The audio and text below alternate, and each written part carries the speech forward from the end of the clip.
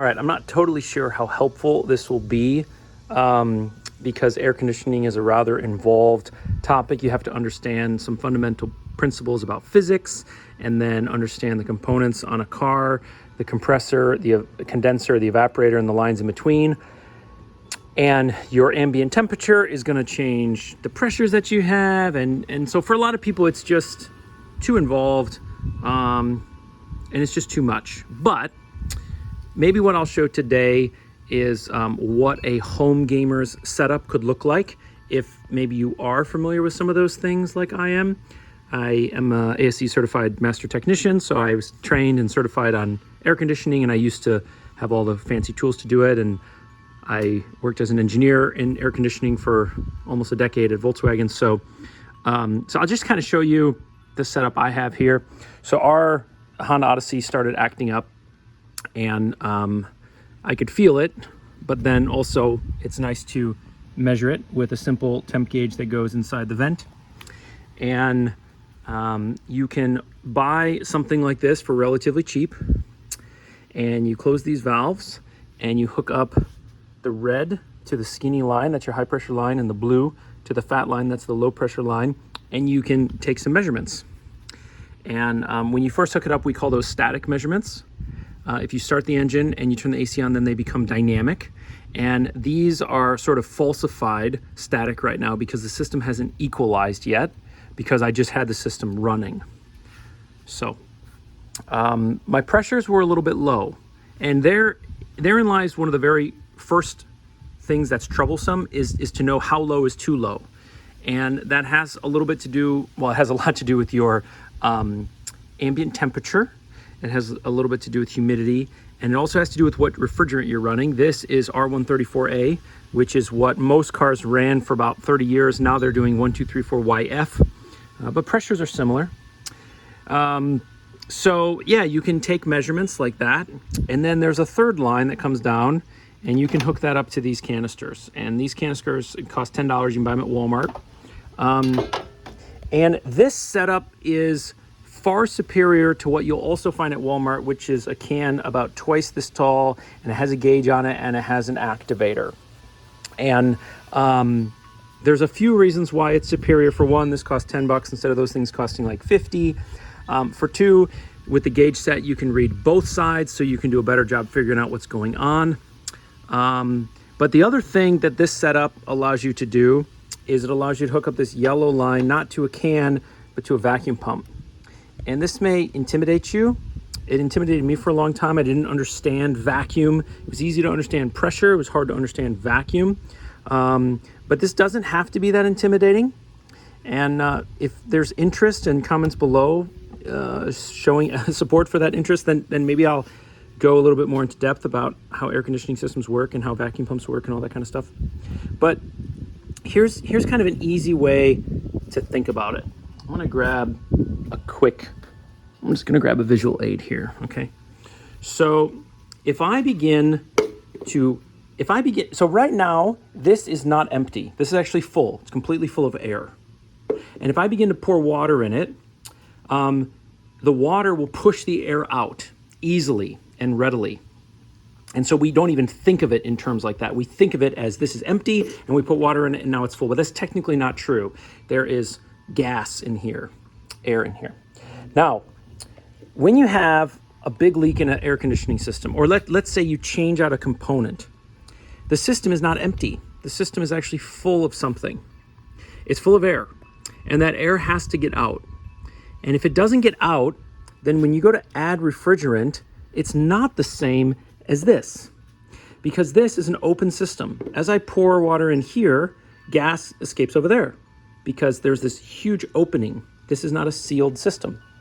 You can imagine if this were totally sealed, and if I would pour water into it without letting the air out, it would not let too much liquid in. And that's actually exactly what you see when you have a little dropper bottle and you turn it upside down and the liquid doesn't come out. It's pulled itself into a vacuum. Maybe that's helpful, maybe that's confusing. If it's confusing, just ditch it, move on. So in order to fill an air conditioning system with refrigerant, which is liquid at a certain temperature, like when it's pressurized, you have to get the air out. So let's say you've changed the condenser and this system's full of air. You can put some refrigerant in there, but that system will then be a mixture of air and refrigerant. And air doesn't do what refrigerant does. And so the system won't work, or it won't work well. So when you hook up a vacuum pump, you begin to pump out of the car, and it pulls the whole system, all the pipes, the compressor, condenser, evaporator, into a vacuum. It's kind of like puckering your lips and sucking on a milkshake or something like that. You can implode the straw. And if these rubber hoses weren't well made, then you could implode those. And you can pull the system all the way into the vacuum, and you can watch that on these gauges. Now, once the system is pulled into a vacuum, you will close these and you will wait 30 minutes to see if that vacuum holds. Or if air from the outside sneaks back into the system, because the system is in a vacuum, and it's basically, the system wants to suck, okay? In fact, if you were to put a little slit here and put your thumb over it, you would feel the system was sucking your thumb in. And so one of the easier ways to understand vacuum is to just think of it pressure. Instead of thinking that something special is going on in the pipes, think of it more like out here in the atmosphere, there's a bunch of pressure. So when a garden hose is pressurized, let me go over here. When a garden hose is pressurized, there's water inside, and you open the valve at the end, or you cut it, water shoots out because the water is in a higher, more highly pressurized than the air outside. So when these pipes and tubes and hoses are in a vacuum, think of the high pressure being out here, and it wants to get in. Everything's just reversed. Okay, so you have your vacuum pump running, you pull it into a near perfect vacuum. Let's say it holds vacuum for 30 minutes. Now you know the system is sealed. That hole that you had is patched up, let's say. So then what you do is you close these valves, you disconnect the vacuum pump from this yellow line, you hook this up to the yellow line, and the first thing you want to do is you want to purge this line, because there's air in this line, or at least there's probably air in this line. So you hook all this up, and then you loosen this one right here, okay? And I'm not going to do it. There'll be tons of comments like I'm polluting the atmosphere and things like that, but you loosen this line, and once it goes like pss, pss, pss, you know basically this whole yellow tube is filled with refrigerant. Then you start the engine, turn the air conditioning on, and you open the blue valve, which is the low pressure side, which feeds into the compressor, and you begin to fill the blue line with refrigerant, which the compressor will then compress, and your red gauge will start to come up.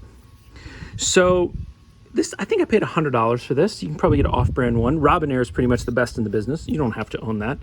These are also Robinair, but I was a professional mechanic at one point, so having good tools was part of the gig. But you don't have to buy the high-end stuff. But you can do a lot on an air conditioning system with these three things. And yeah, so now, couple questions I'll try and answer. The first question that someone might say is, well, then why do they have those big, super expensive machines? And the main reason that they have those is because in this setup, there's no way to recover refrigerant. Okay, so right now, I have a leaky condenser. I'll show you that in a minute.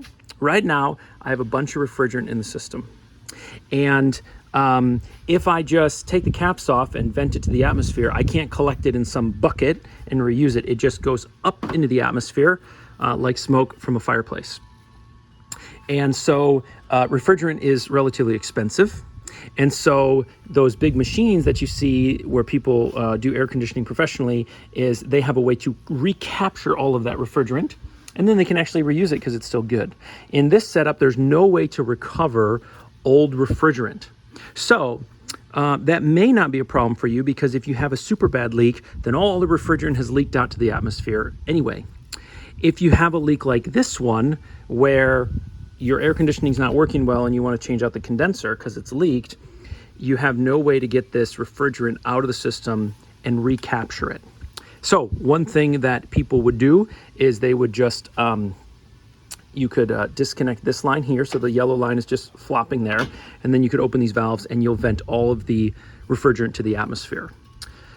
That is intuitively not wise. It's intuitively not good for the environment.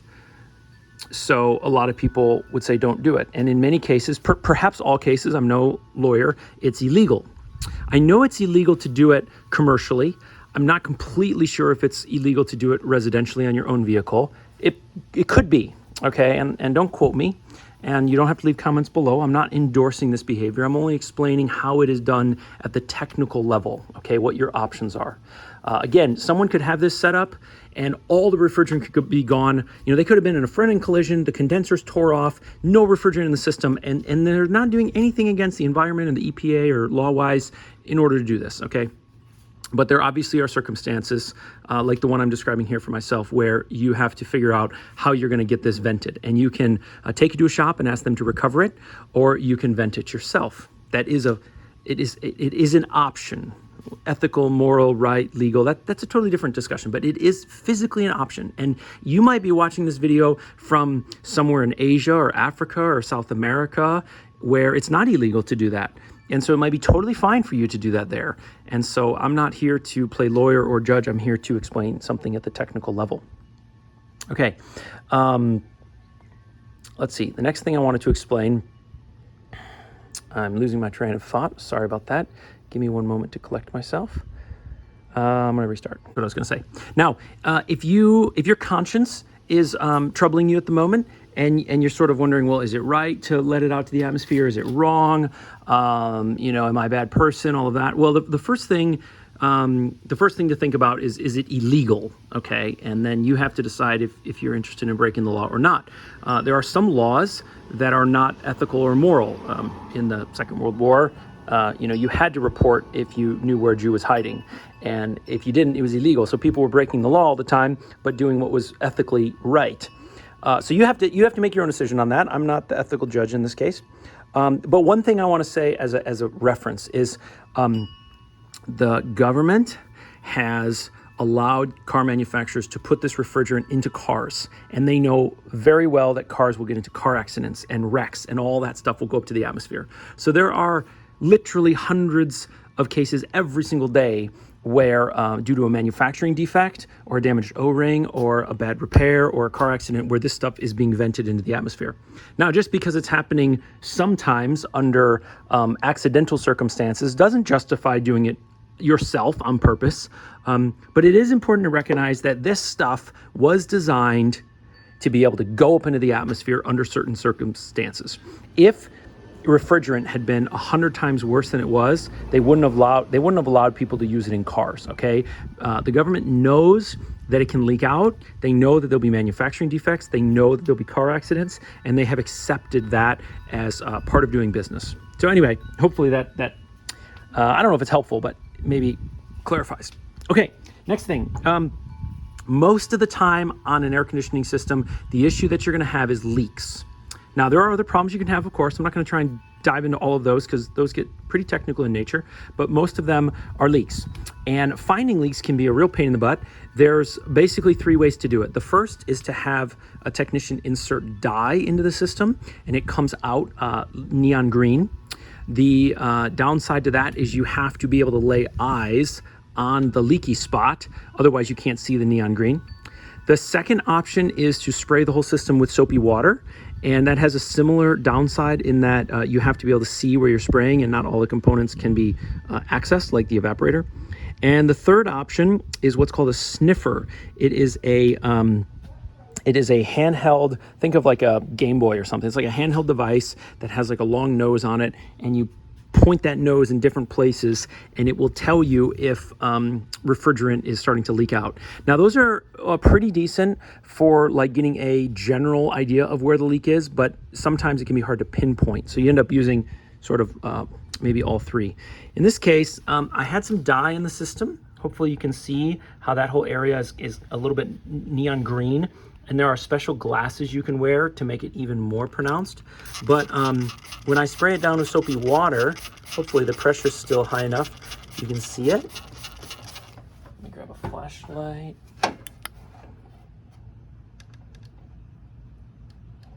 Yeah, there it is. Okay, it's less with the engine not running, but you can see it bubbling right there. See that? So soapy water is not, I mean, something that mechanics use all the time for all kinds of issues. So dye is great. And I've had an eye on that for a while because I knew it had a super tiny leak, which I noticed when I had the front fascia off. And I assumed it would develop, and it really has developed into something quite severe now, where I lost like 2 cans of that in a month. So I'm going to change it out today. But yeah, those are a couple of the things you can do on your own. And you can also mix and match. You could ask a shop to diagnose the leak for you, and then you could change out the part yourself.